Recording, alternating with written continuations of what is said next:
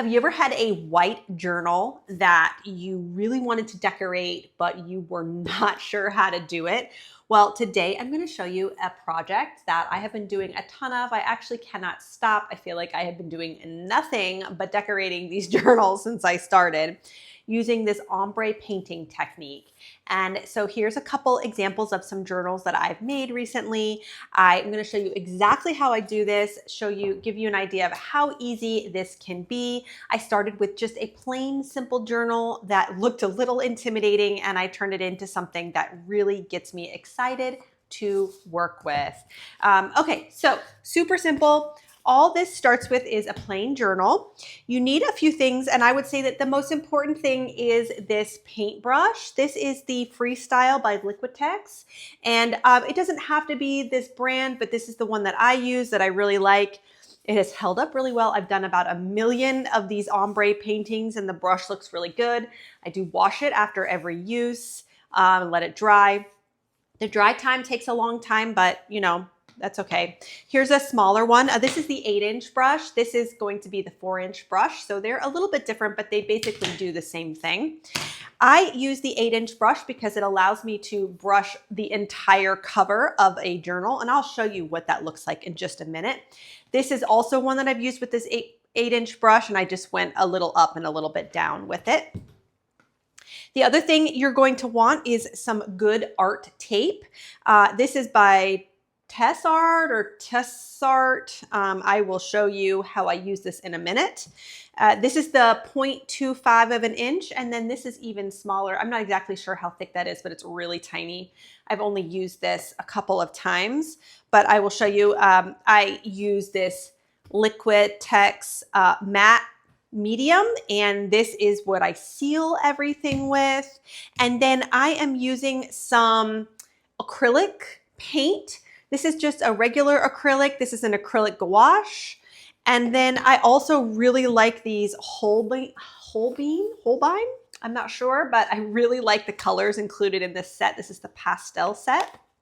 And all of these journals were painted with the pastel set. So you can see, I've used them a whole bunch, and I've only used all of this peach color, but all the other ones have a decent amount of paint left. A little bit goes a long way. It's kind of an expensive set, so I bought this after I had sort of experimented with the technique a lot, and then that's how I got going. Okay, so the first thing you're going to want to do is you take your art tape, and you are going to want to tape your cover.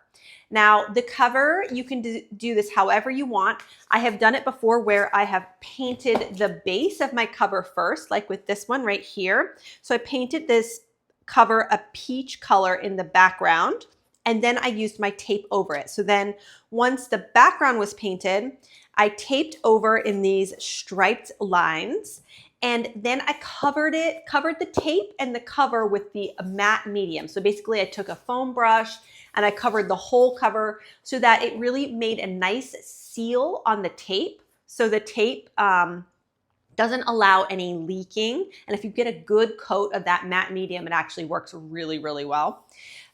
Then once I did that, I also covered the pages so that they would not get any paint on them, so that at the end you don't have paint all over your thing. And I sent the tape all the way around the cover so that it goes to the back on the inside, so you could actually paint the edges as well without getting paint everywhere.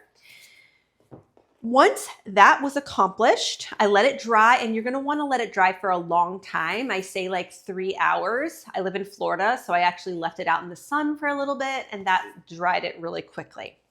Then what I did was, on a separate piece of paper, I actually tested my colors just to make sure that the colors blend well together. You don't want to mix two colors that are going to turn into a brown, because they're going to meet in the middle and make a third color. And so the best thing to do is to really test those colors. And also that way you don't get painting and realize that you hate the colors that you chose. I have done that. I did my first journal. I did it on the back and I painted it and I hated the colors that I chose. So I flipped it around to the front, and it's the colors that I like a lot better. So once you have done that, you're going to want to put your paint in a line on your book. So basically you put in the order that you want I usually like put it in the center of the book, but you could put it anywhere that you like. And you put them, so you put a line of, if you were looking at this one, it'd be a line of purple, a line of blue, a line of turquoise, a line of yellow, and a line of peach, whatever colors you want. This was a line of yellow, that peachy pink color, a purple, and an orange color. And so you put them in a line, and then you take your brush and you drag it across the front. And then I go all the way to the top and go all the way across again. So basically you're mixing those colors, and they're basically at this point, they're all still individually made. So like the pink is with the pink, the purple's with the purple, the tan's with the tan. So they're not mixed up yet. Then you take your brush and you move it down about 1/2 inch, and you do the same thing where you just make these long sweeping motions with your brush. Once you do that, your colors have started to mix. Then you take the brush and you move it upwards the other direction. So basically you move it, you've gone down 1/2 inch, now you want to go up 1 inch. So it's 1/2 inch up off the bottom, and do the same thing, long brush strokes. And so what will happen is the colors will slowly start to meld together to make this ombre color, leaving the inside where you have the tape completely blank or void of color. So once you have done that, it takes a while, probably like 5-10 minutes. You want to work quickly because the paint will dry if you don't. And if your paint is drying too fast for you and you can't mix it fast enough, it's okay to get this brush a little bit wet. You don't want it dripping. You don't want it really wet. Just a little bit damp will allow you to get a little moisture onto that paint and mix it up a little bit better. You may find that you like having a little bit of wetness on your brush anyway. There's really no wrong way to do it. I just like to have a dry brush personally. So you just are going to continue brushing, brushing, brushing, brushing until you have a nice blended cover. Then you're going to set this aside and let it dry. And I don't take the tape off. I don't touch anything. I just let it completely dry. Then I come back after it's dry. Usually I would let it set overnight or, a lot of the day. Then you are going to want to do the other side. So then I would flip the other side over and do the same thing again on the back side of the journal. So same thing, brush it, brush it, brush it. If you have these elastic bands that hold the cover shut, what I have done is just taped those up with the same art tape that actually I use this frog tape, which is a really good tape that keeps the paint out as well. I use the frog tape and tape all the way around them so that they don't get paint anywhere, and I just move them depending on what I'm painting. So if I'm painting the cover, I'll lift this up so I can paint the cover. If I'm doing the stripes, I'll put the tape right over. You can see right here, there's no paint here. So what I did was I just took the paint and painted right and put the tape right over that elastic band so that it was covered. And I just worked my design so that that part was completely covered by the tape, so I didn't have to worry about it. So once you've done that and you're feeling good about your colors, then you're going to want to peel off your tape. And this is actually the most satisfying part of the whole process, is peeling the tape off and seeing the contrast of your cover. So this was like a nice tan one, and then you peeled it off. So you couldn't see any of the tan, you could only see the rainbow. And as you peeled it off, it was like, whoa, like the angels were singing. It looked so cool. I was really excited about it. Okay, so then you have a chance to decide if you want to additionally stencil your cover. So I have a couple times cut out the word journal, as you can see here, or this is actually a stencil that I cut for the cover of the entire without any words. All of these were cut using the sticker paper and my Cricut. You could purchase a pre-designed stencil if you wanted, or you could cut your own if you have a Cricut, or if you wanted to use an X-Acto knife or whatever. You can buy stencils that are pre-made. The one that I like was the sticker paper that sticks directly onto my cover. And I don't like the thick stencil paper by Cricut. I like the really thin, flexible one. For whatever reason, the thick one, it kept bleeding underneath.